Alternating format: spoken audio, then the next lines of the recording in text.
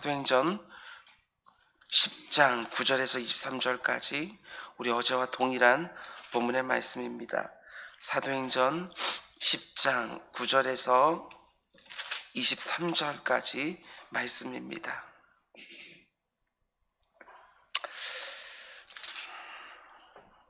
우리 한치 교도갑니다. 이튿날 그들이 길을 가다가 그 성에 가까이 갔을 그때에 베드로가 기도하려고 지붕 위에 올라가니 그 시각은 제6시더라.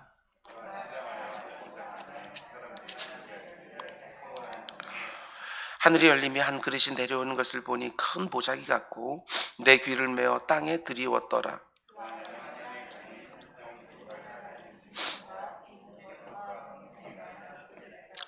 또 소리가 있을 때 베드로야 일어나 잡아먹어라 하거늘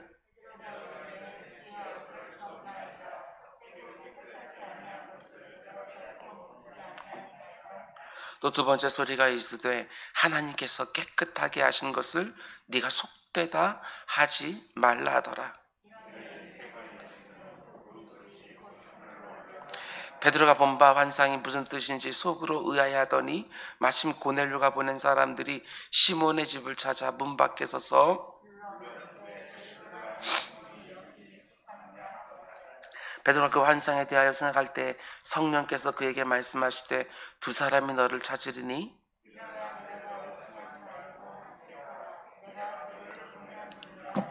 베드로가 내려가 그 사람들을 보고 이르되 내가 곧 너희가 찾는 사람인데 너희가 무슨 일로 왔느냐?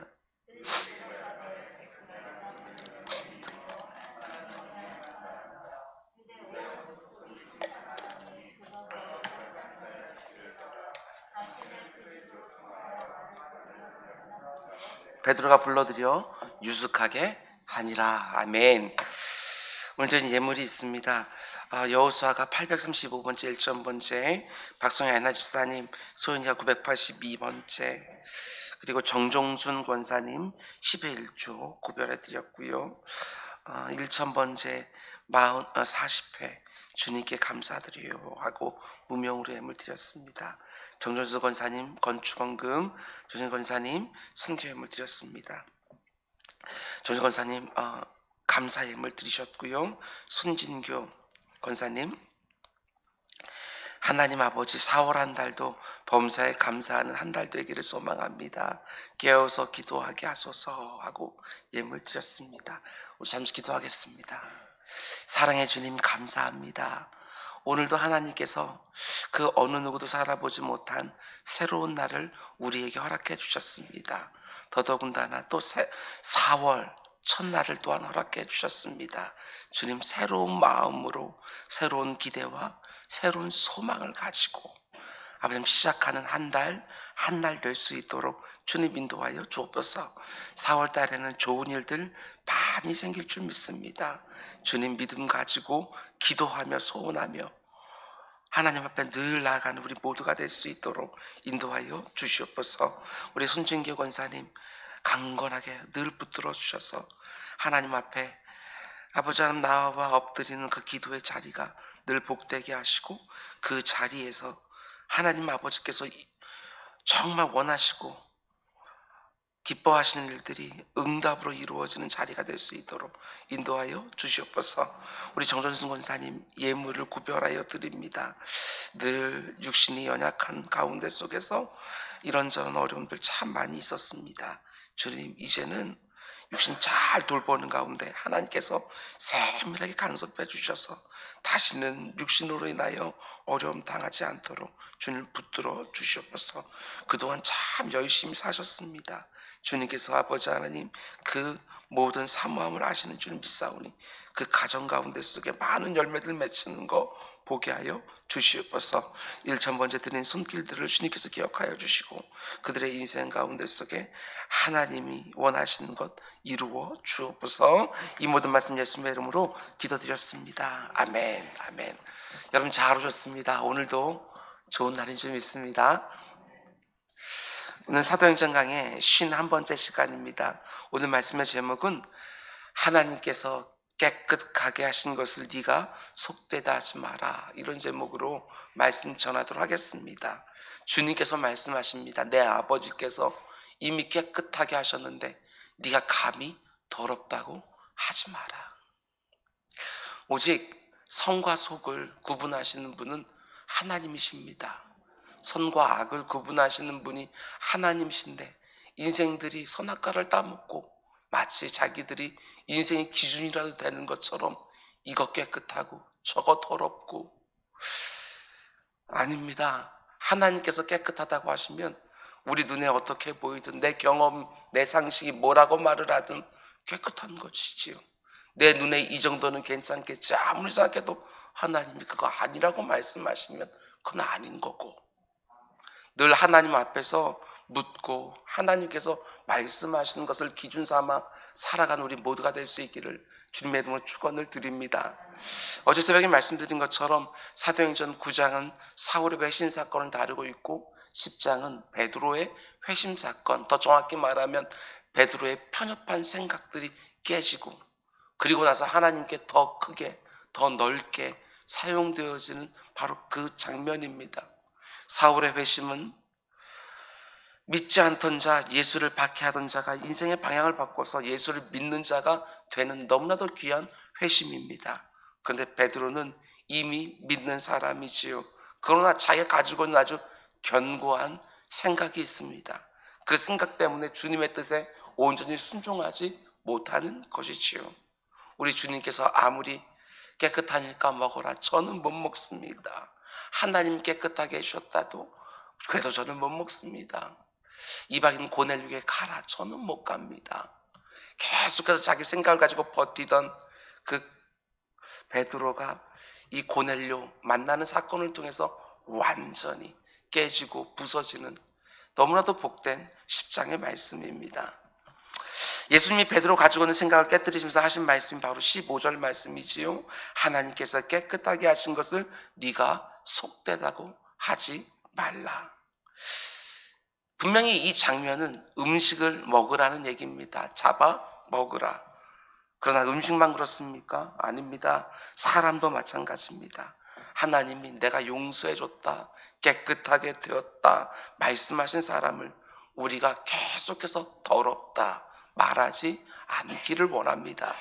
그 어떤 심각한 죄를 지은 죄인도 예수 그리스도의 이름으로 그분의 십자가 보혈로 용서받고 깨끗하게 됩니다. 그러나 우리는 그 사람의 과거 때문에 너무나 오랫동안 더럽다고 말할 때가 얼마나 많은지 모릅니다. 우리가 한두 번쯤은 들어봤을 만한 예화입니다. 어떤 수녀원에 한 수녀가 새로 들어왔다고 합니다. 그러자 곧 다른 수녀들이 수군거리기 시작을 하는 거예요.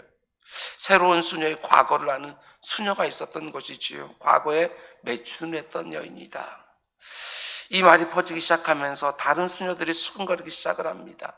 그 말이 수녀 원장의 귀에까지 들어갔고 수녀 원장이 모든 수녀들을 한자리에 불러 모았습니다. 그리고 수녀들에게 작은 주머니를 하나씩 나눠주면서 작은 돌들을 담아 오라고 시킵니다. 그리고 과거에 매춘을 했다고 소문이 도는 그 수녀에게는 큰 돌 하나를 가져오라고 합니다. 그래서 모든 수녀들이 터져서 돌들을 주머니에 담기 시작을 하지요.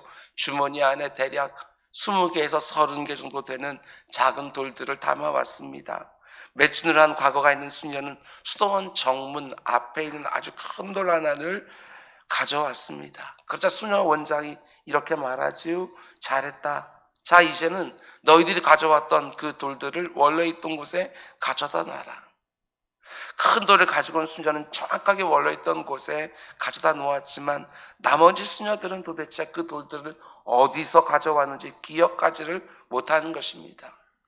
이 예화가 무슨 말을 하려고 하는지 여러분들 다 아시리라고 생각을 합니다. 우리 가운데 아주 큰 죄를 지은 분은 없습니다. 살인죄나 간음죄나 이런 죄를 지은 분은 없습니다. 그러나 우리는 기억하지 못하는 수없이 많은 작은 죄들을 지으며 지금까지 살아오지 않았습니까? 큰 죄를 지었다고 한다면 하나님 앞에서 분명히 그리스도인들이라고 하면 그 죄의 문제를 놓고 정말 오랜 시간 회개하며 하나님 앞에 나아갔을 것입니다. 그러나 작은 죄들, 내가 어디서 지었는지 무슨 죄를 지었는지도 기억하지 못하는 그 작은 죄들은 회개하지도 못하고 지나간 것들이 수두룩할 거예요. 기억하지도 못하니까 회개하지도 못하고 되돌려 놓지도 못하고. 작은 죄는 죄가 아닙니까?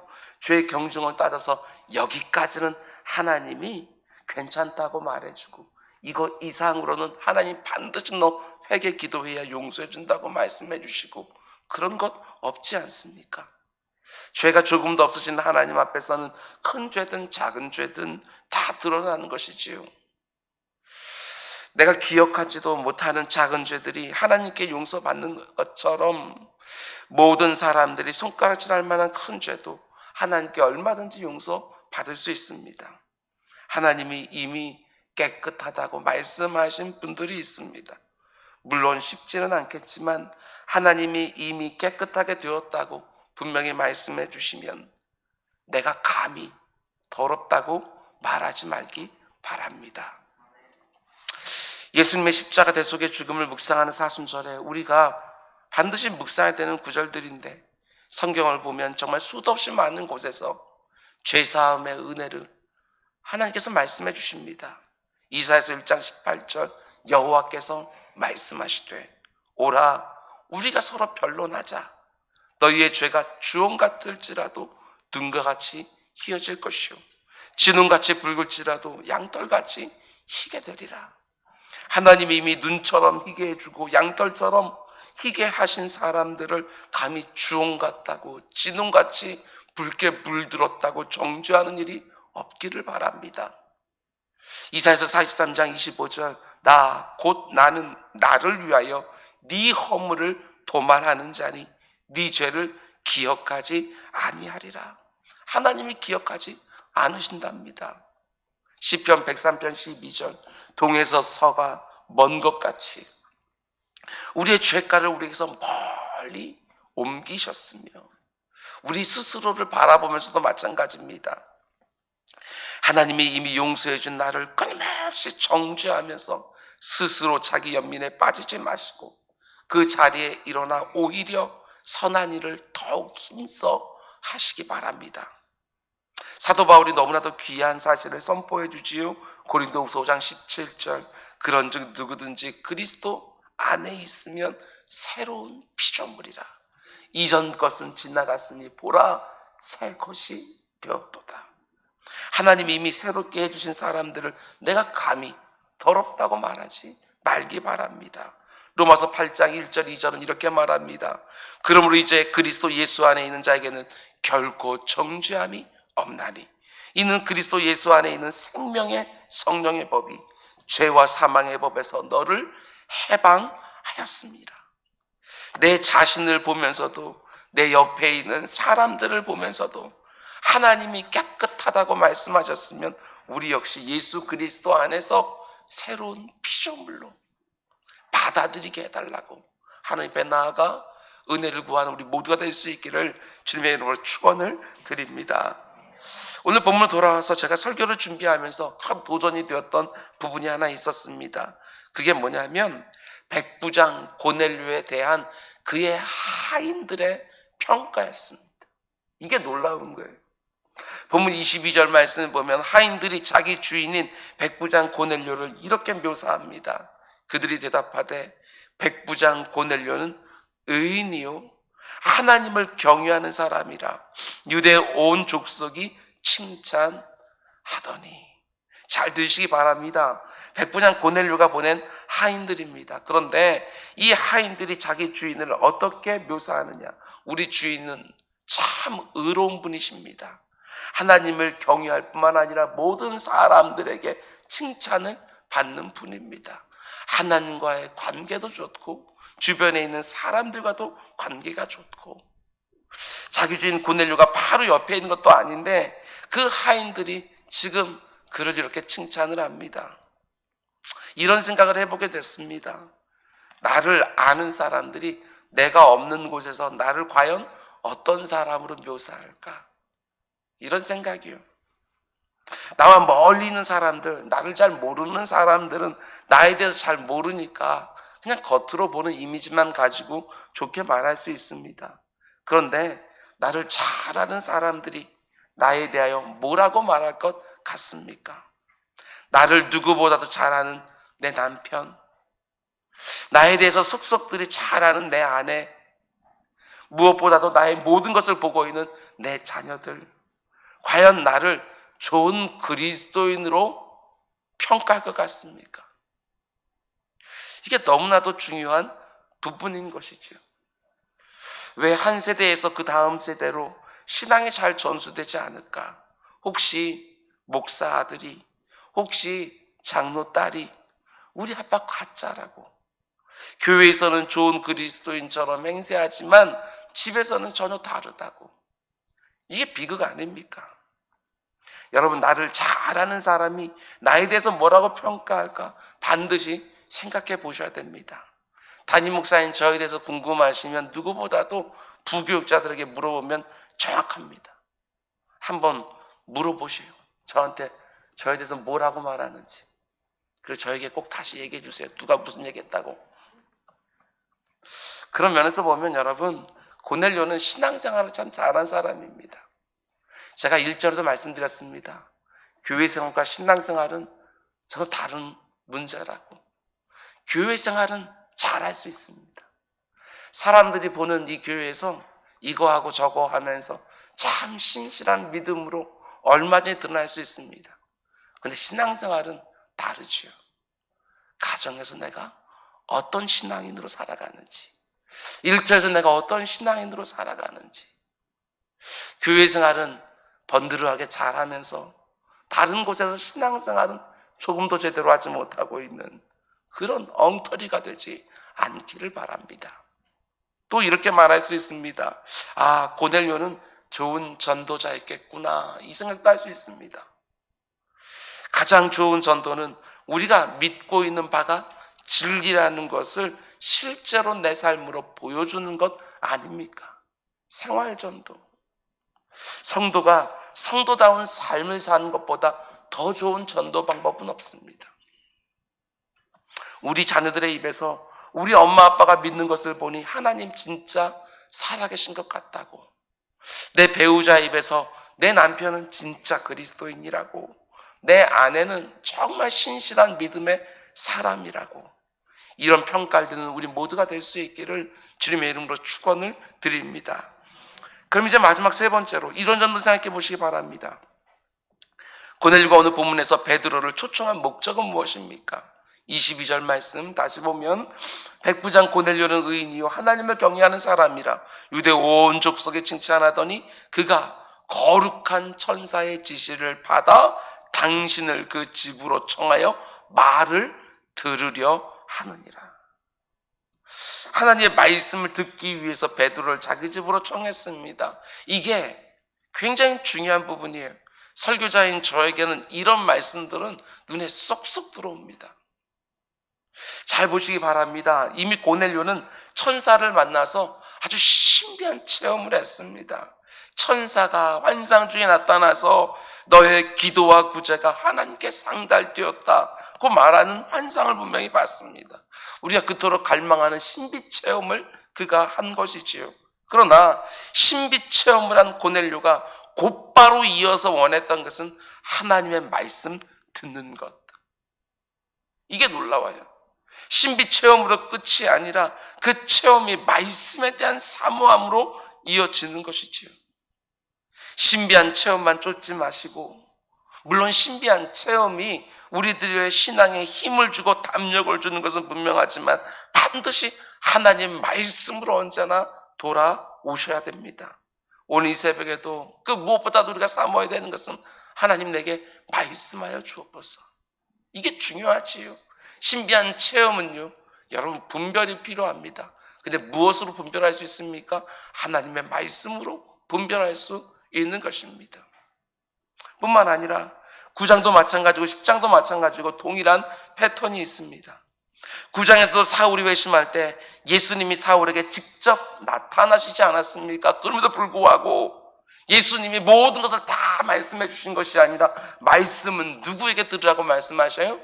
다메섹 시내에 있는 주의 제자 아나니에게 가서 네가 앞으로 뭘 할지 그에게 들으라고 주님께서 말씀하셨거든요. 오늘 10장도 마찬가지예요. 천사가 나타났어요. 그러면서 고넬료가 얼마나 귀한지 하나님이 다 그 모든 것들을 보시고 기억하신다고 분명히 말씀해 주었어요. 그럼에도 불구하고 말씀은 누구에게 들으라고요? 베드로 사도를 청해서 들어라. 이렇게 말하고 있다는 사실입니다. 이게 바로 하나님의 방법이고 하나님의 질서이지요. 하나님은 많은 경우에 자신의 종들을 세워서 그 종들에게 말씀하시고 그 종들을 통해서 자신의 뜻을 자기 백성들에게 알려주십니다. 이게 바로 하나님의 방법이고 여러분 대부분의 질서지요. 오늘날 소위 교회 개혁을 한다고 말하는 분들이 주로 공격하는 것이 목회자의 설교권입니다. 설교권을 공격합니다. 기성교회를 비판하고 교회를 개혁하신다는 분들이 모여서 목회자 없이 예배합니다. 그런데 흥미로운 것은 누군가는 반드시 그 자리에서 설교를 해야 된다는 것이지요. 그게 한 주간 묵상한 것을 나누는 자리든 간증하는 자리든 어떤 형태로든지 설교는 행해집니다. 그래서 잘 보면 주로 누가 설교를 하느냐? 세상에서 인정받는 교수나 박사나 전문가들이 그 모임에서 모든 경우는 아니지만 주로 설교를 합니다. 세상에서 발언권이 있고 인정받는 분들이 주로 설교를 하는 것이지요. 왜 이런 모임들이 등장을 했는지 충분히 이해할 수 있습니다. 저 같은 목사들이 강단에서 얼마나 엉터리 같은 소리들을 떠들었으면 이런 모임들이 등장을 할까? 충분히 이해도 되고 너무나 부끄러운 것도 사실입니다. 그러나 이런 의구심을 떨칠 수가 없어요. 이게 과연 하나님의 방법이고 질서일까?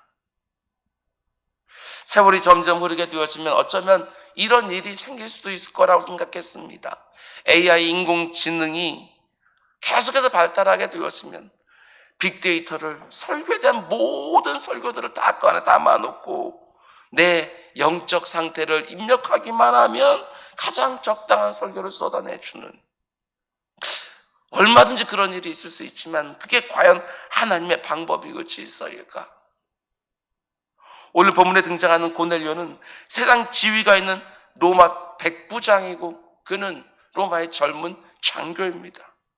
이에 반해 베드로는 아무런 지위가 없습니다. 어부 출신이고 공부도 그렇게 많이 한 랍비가 아닙니다.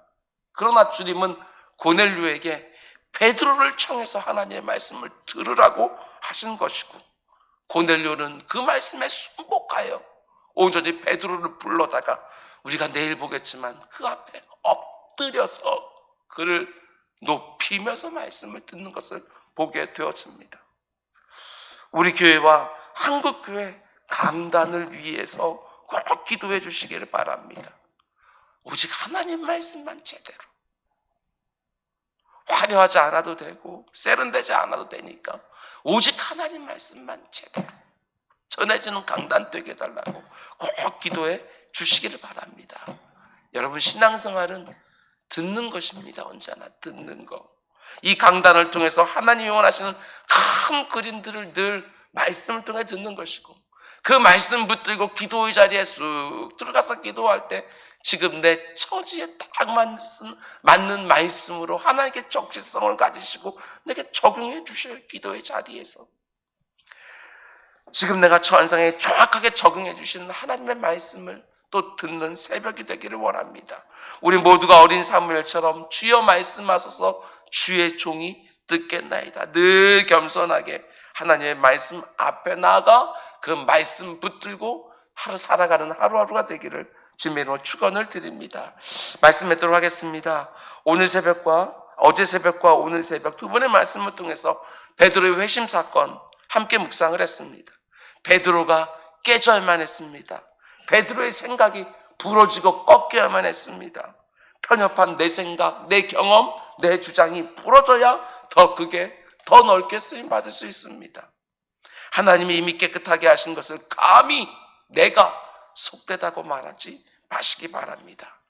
내가 나를 어떻게 생각하느냐 이것보다 하나님이 나에 대해서 뭐라고 말씀하시는지, 내 곁에 있는 나를 잘 아는 사람들이 나를 뭐라고 말하는지 늘 귀 기울이시기 바랍니다. 고넬료처럼 내 주변에 있는 사람들에게 신실한 그리스도인으로 평가받기를 원합니다. 무엇보다도 하나님 말씀 듣기를 사모하십시오. 그 들은 말씀 가지고 기도의 자리에 나아가 나에게 주시는 구체적인 하나님 말씀을 듣고 그 들은 말씀 붙들고 그 말씀이 응하여 말씀의 성취와 함께 승리하는 여러분 모두 될 수 있기를 주님의 이름으로 축원을 드립니다. 기도하겠습니다. 사랑해 주님 감사합니다. 아버지 하나님, 이렇게 기도의 자리에 나온 주의 종들이 있습니다. 그리고 또 이 말씀 동영상으로 함께 하면서 아버지 하나님 또한 동일한 은혜를 나누며 동일한 기도를 할 우리 가족들이 있습니다. 주님께서 함께 붙들어 주시사 오늘 하루도 주님이 원하는 한날 되게 하여 주시옵소서. 오늘 하루도 아버지 하나님 이곳에서 하루를 시작하오니 내 주 아버지 하나님 어느 곳에 있든지 신실한 그리스도인으로 살아가는 우리 모두가 되게 하여 주시옵소서. 이 모든 말씀 예수님의 이름으로 기도드렸습니다. 아멘.